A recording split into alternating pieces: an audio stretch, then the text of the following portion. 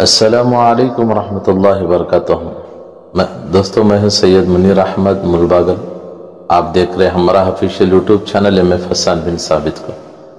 دوستوں، آپ کی خدمت میں آج ایک بہت ہی بہترین سا قیمتی ویڈیو لے کر آپ کی خدمت میں حاضر ہوں، جو مدرسہ اسلامیہ عربیہ تعلیم القرآن بائی پاس ملباگل کے اس مدرسے کے اجلاس میں حضرت مولانا محمد عرفان صاحب قاسمی دامت برکاتہم، امام و خطیب مسجد اعظم تاٹ پاڑلہ، انہوں نے پورے طلبہ کے سامنے اور عوام کے سامنے بہت ہی قیمتی انداز میں اپنی بیان کو پیش کیا۔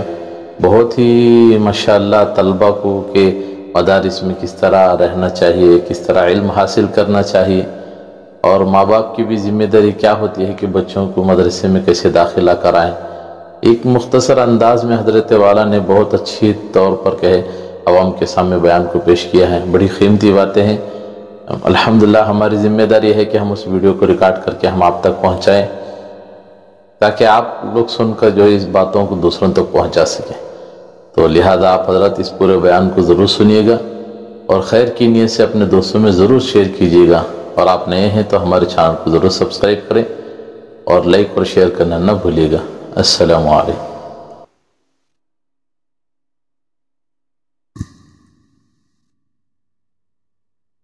السلام علیکم ورحمۃ اللہ وبرکاتہ۔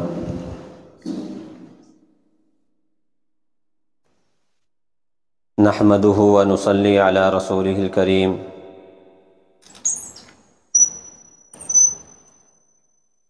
اما بعد فاعوذ باللہ السمیع العلیم من الشیطان الرجیم، بسم اللہ الرحمن الرحیم، والذین جاہدوا فینا لنہدینہم سبلنا وإن اللہ لمع المحسنین۔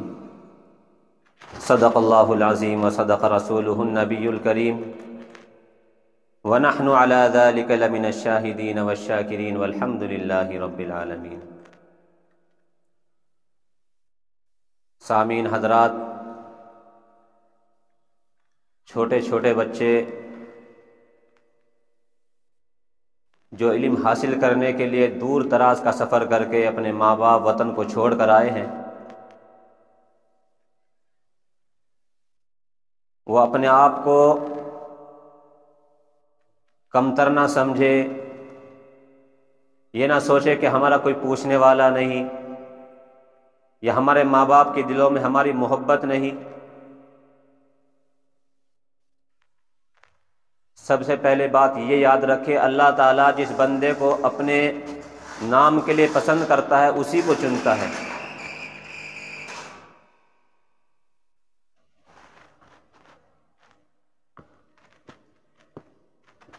نبی کریم صلی اللہ علیہ وسلم کا فرمان ہے، خیرکم من تعلم القرآن وعلمہ۔ دنیا کے اندر سب سے بہترین انسان وہ ہے جو قرآن کو سیکھے اور سکھائے۔ جب اللہ تعالیٰ تم لوگوں کو بہترین انسان بتا رہا ہے، دنیا والے آپ کو کسی نظر سے بھی دیکھے، احساس کمتری کا شکار نہیں ہونا، اور دماغ میں یہ نہیں لانا کہ ہم قرآن پڑھنے کے بعد، مسجد مدرسوں میں زندگی گزارنے کے بعد پھر مدرسوں سے باہر نکلیں گے تو کیا کمائیں گے، کیا گزران کریں گے، ہمارے حالات کیا بنیں گے۔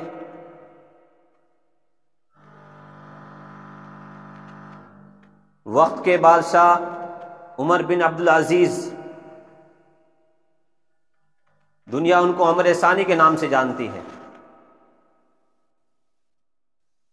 اللہ نے ان کو اولاد سے نوازا، تقریباً 11 لڑکے تھے۔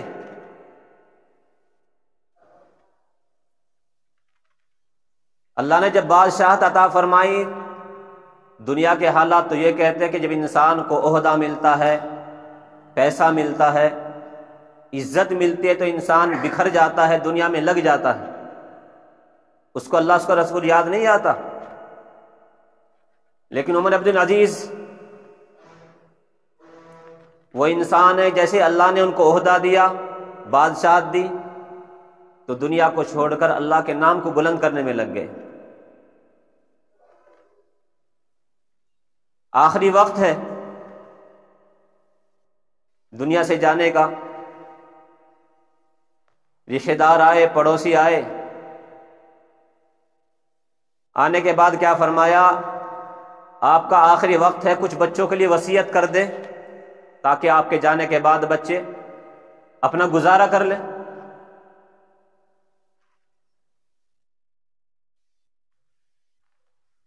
تو بادشاہ نے جو فرمایا وہ ہم سب کے لیے ایک سبق ہے۔ کیا فرمایا؟ کہ میں نے اپنے بچوں کو قرآن پڑھایا ہے، اور قرآن پاک میں ایک سورت ہے سورہ واقعہ۔ اللہ کے نبی کا فرمان ہے، جس گھر کے اندر سورہ واقعہ پڑھی جائے گی کبھی وہاں غربت نہیں آ سکتی، غریبی نہیں آ سکتی۔ ہم لوگ یہ نہ سوچے کہ بڑے عہدے کے بعد، بڑی سیلری کے بعد ہی انسان زندگی گزار سکتا ہے۔ اللہ تعالیٰ کبھی کبھی ایسا بھی کرتے ہیں کہ انسان کے پاس تمام مادیت رہتے ہیں، ہر چیز کے پاس رہتی ہے، کھانے پینے کا سامان رہتا ہے، عالیشان بنگلے محلات رہتے ہیں، لیکن بیماری ایسی لائق ہو جاتی ہے کہ انسان نہ گھر میں رہنے والے کپڑوں کو پہن سکتا، نہ گھر میں رکھی چیز کو کھا سکتا۔ ڈاکٹر کہہ دیتا ہے کہ آپ کو صرف بستر پر رہنا ہے۔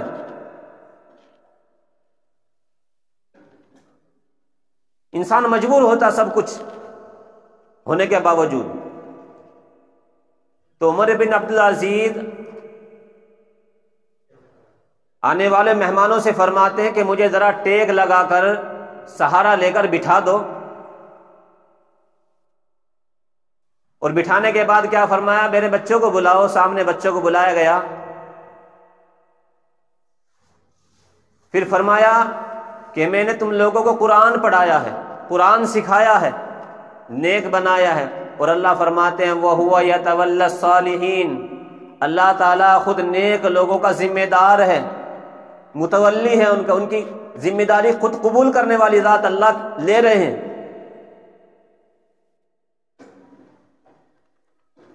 اس لیے میں نے تمہیں قرآن کی جو دولت دی ہے، آگے چل کر اللہ تمہیں اتنا نوازے گا، اتنا نوازے گا کہ تم سوچ بھی نہیں سکتے۔ اسی دور میں ایک انسان کسی اچھے عہدے پر ہے، اس کو بہت ساری اولاد ہے، اس نے اپنے بچوں کو اتنا مال دیا کہ اس وقت میں ان بچوں کو کسی مال کی ضرورت نہیں پڑی، لیکن انہوں نے اپنے بچوں کو قرآن نہیں سکھایا۔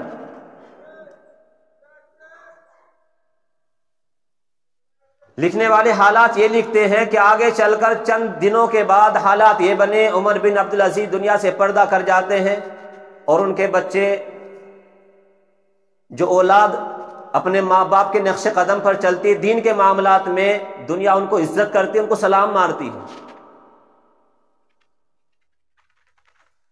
عمر بن عبدالعزیز کے چلے جانے کے بعد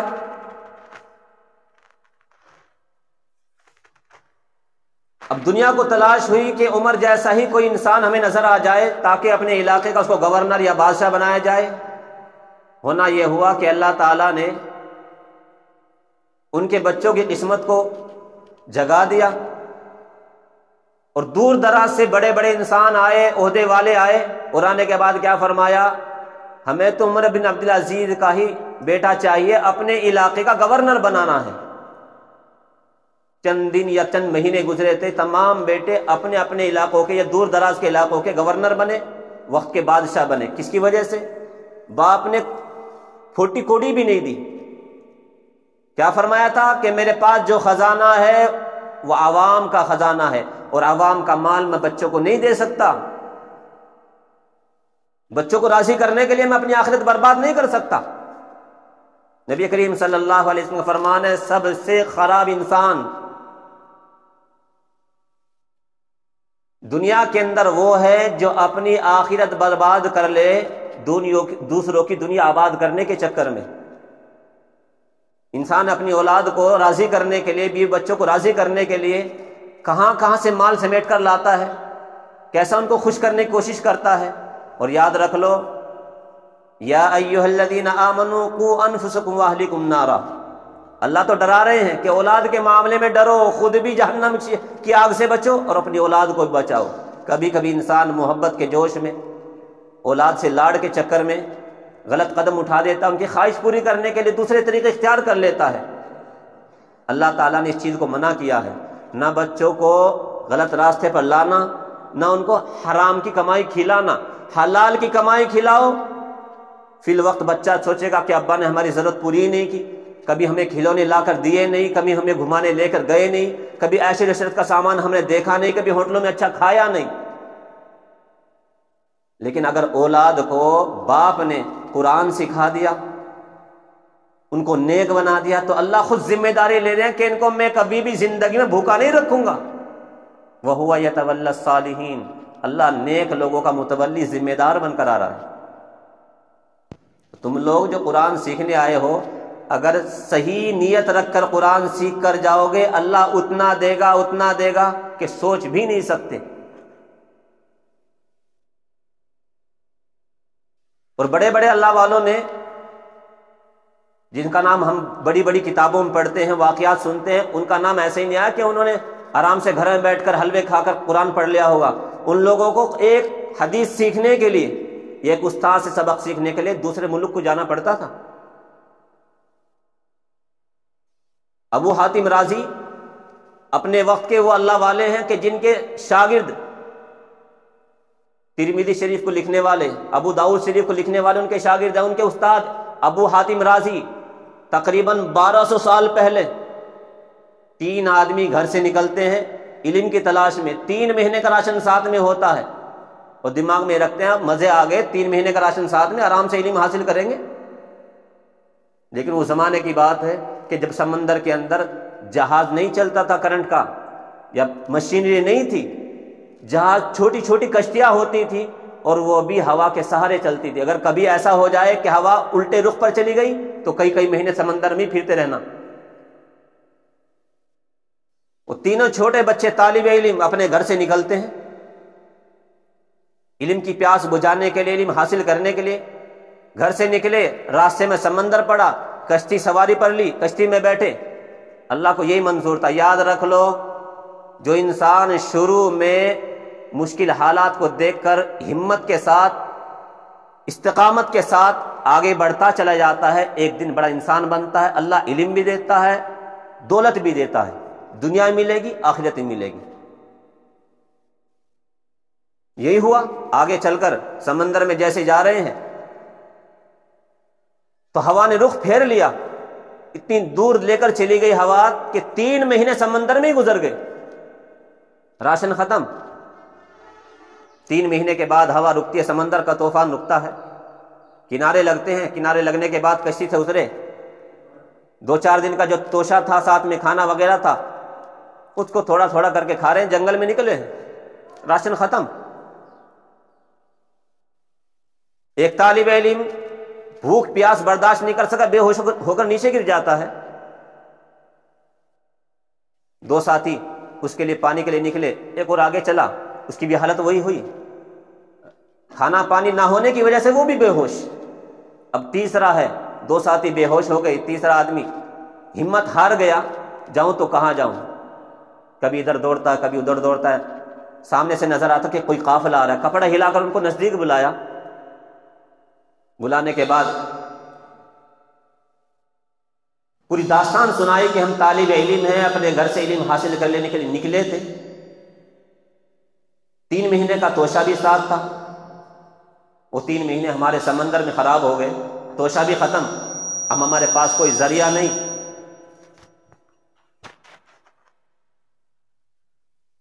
امام ابو حاتم رازی رحمۃ اللہ علیہ لکھتے ہیں کہ ان مسافروں نے ہماری مدد کی، تھوڑا سا کھانا پانی دیا، میں نے اپنے دونوں ساتھیوں کو کھلایا پلایا، اور پھر علم حاصل کرنے کے لیے نکل پڑے ہم۔ یہ نہیں کہ ہماری ہمت ہار گئی، ہم پریشان ہو گئے ہو،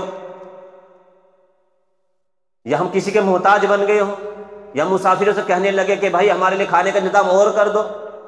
انہوں نے جو 2 دن یا 3 دن کا کھانا پانی دیا، اللہ کا شکر ادا کیا، پھر علم حاصل کرنے نکلے۔ پھر آگے چل کر کسی علاقے میں پہنچے، وہاں علم حاصل ایسا کیا کہ وقت کے امام بنے۔ لیکن شروع میں جو حالات آئے ان سے گھبرائے نہیں۔ تم لوگ بھی دور سے آئے ہو، اپنے ماں باپ کو چھوڑ کر آئے ہو، کبھی بھی یہ نہیں سوچنا ارے عید کا دن ہے، جمعے کا دن ہے، ہمارے یہاں تو شادی ہو رہی ہے، ہمارے حالات کیسے ہوں گے، ہمارے گھر کے اندر خوشی کا ماحول ہے، ہم علم حاصل کر رہے ہیں، کبھی ہمت نہیں ہارنا۔ آج قربانی دو گے، کل اللہ تعالیٰ خوشی بھی دے گا، اس کے ساتھ ساتھ اللہ تعالیٰ گھر بھی دے گا، سب کچھ عطا کرے گا۔ ایسے اللہ والوں کے بہت سارے واقعات ہیں۔ ایک واقعہ بتا کر بات ختم کروں۔ محمد سالم نام کے ایک اللہ والے ہیں، اتنے غریب ہیں، اتنے غریب ہیں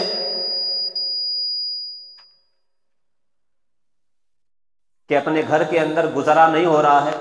سفر کرتے کرتے مکہ پہنچے۔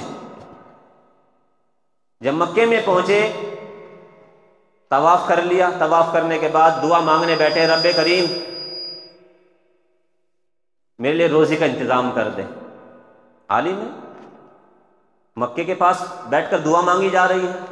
ابھی دعا مانگ کر ہاتھ نیچے بھی نہیں کرے کہ ایک نابینا آدمی طواف کر رہا ہے، سونے کا یا چاندی کا ہار اس کے ساتھ میں، وہ طواف کے درمیان نیچے گر جاتا ہے۔ جیسے ہار نیچے گرا، محمد سالم نے اس کو اٹھا لیا، اور ہار جس کا گرا وہ نابینا آدمی، وہ دیکھ بھی نہیں سکتا۔ ہار تو اپنے پاس رکھ لیا، اب دل میں یہ گمان آیا کہ خانہ کعبہ کے پاس کی گری ہوئی چیز اگر میں نے رکھ لی تو اللہ کو کیا منہ دکھاؤں گا، اور اٹھا لیا اس وجہ سے کہ اگر کسی نے اور نے اٹھا لیا تو شاید جس کی امانت اس کو نہ پہنچے۔ وہ نابینا آدمی نے طواف کیا، طواف کرنے کے بعد جہاں اس کو ٹھہرنا تھا وہاں پہنچا۔ پہنچنے کے بعد دیکھا اپنے کپڑوں کے اندر ہار نہیں۔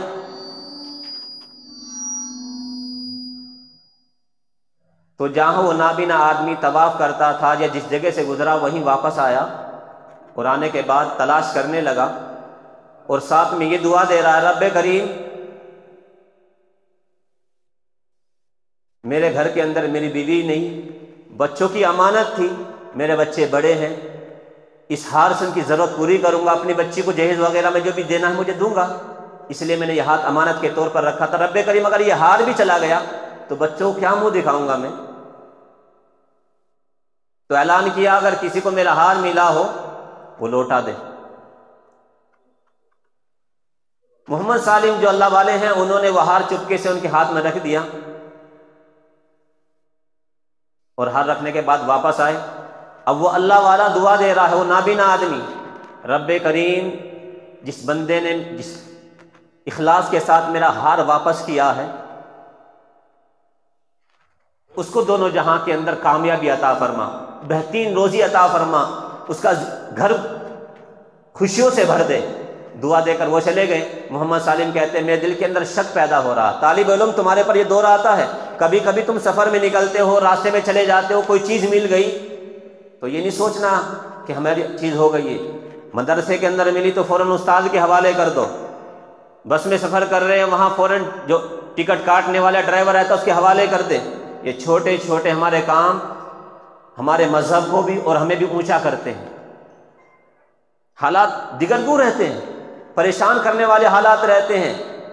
سفر میں ہم لوگ آتے ہیں، ہمارے لیے صرف کیا رہتا ہے کہ ماں نے کچھ کھانے کو سامان دے دیا، سفر کے لیے پیسے ہوتے ہیں، بس اگر ہمیں راستے میں کہیں کوئی موبائل واچ وغیرہ کچھ مل جائے تو ہم تو خوشی سے پھولے نہیں سماتے۔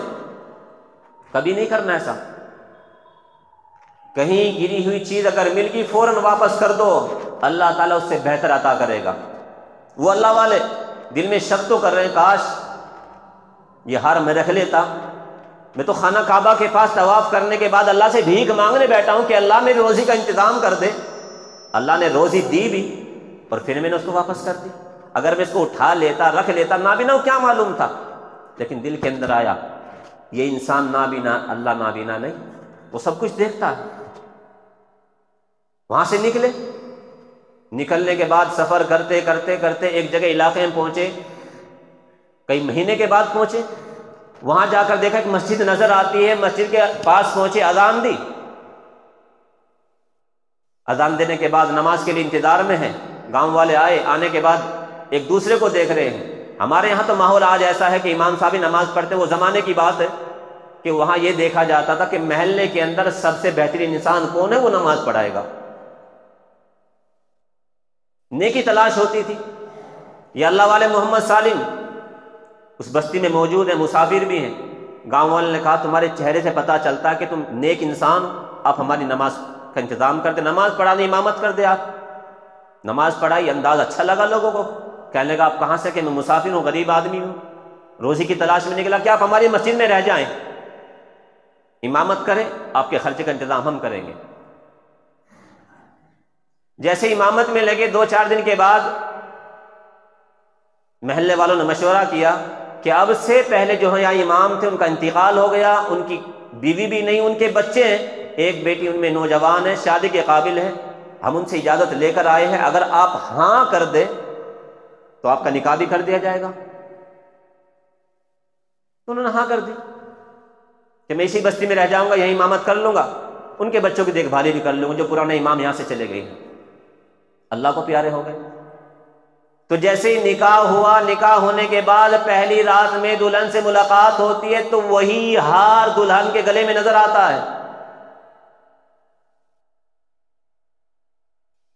ہار کو دیکھنے کے بعد اللہ کا شکر ادا کر رہے، مالک یہ ہار خانہ کعبہ میں نے کسی نابینا کو دیا تھا، تو نے ہار بھی دیا، ہار والی بھی دی، اگر اس وقت میں چوری کر لیتا تو اللہ کا بھی مجرم، اس انسان کا بھی مجرم، اور آگے کو آئندہ اللہ کیا فرماتے ہیں، اگر انسان چوری کی نیت کر کے، ہڑپ کرنے کی نیت کر کے، حرام مال کمائی کر کے زندگی گزارے گا، دنیا بھی برباد، آخرت بھی برباد۔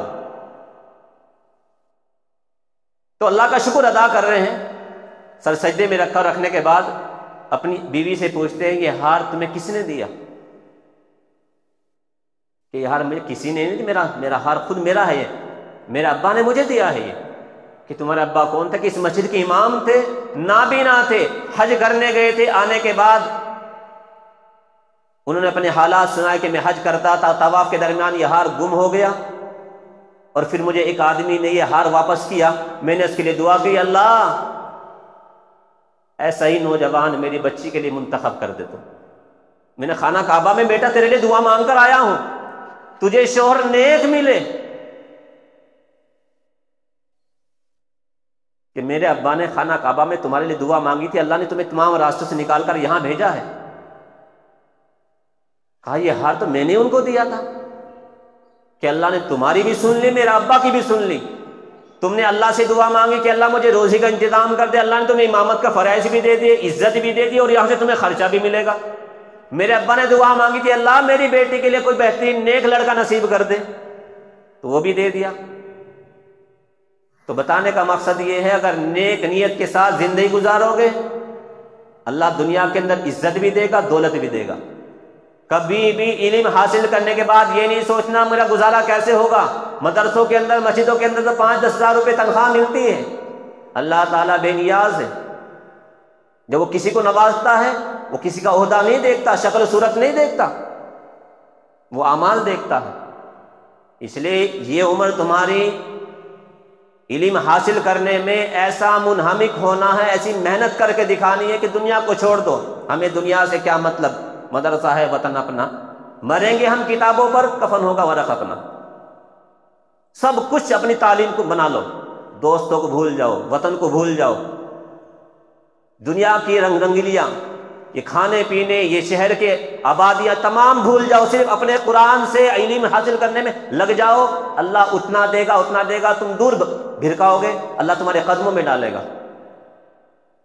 یہ وقت تمہارا محنت کرنے کا، اور محنت کے ساتھ ساتھ تمہیں سب سے پہلے دماغ کے اندر یہ ڈالنا کہ علم حاصل کرنے کے بعد ہمیں دنیا نہیں کمانا، اللہ کے دین کو زندہ کرنا ہے، اللہ کے نام کو بلند کرنا ہے۔ اور اللہ کیا فرماتے ہیں، جو انسان میرے کام میں لگ جاتا ہے میں اس کے کام میں لگ جاتا ہوں۔ کریں گے انشاءاللہ، اللہ سے دعا کرے کہ رب کریم ہم تمام کو علم حاصل کرنے کی، اس پر عمل کی تو میں ہوں سید منیر، سن میرے رب یہ دعا، میں ہوں سید منیر۔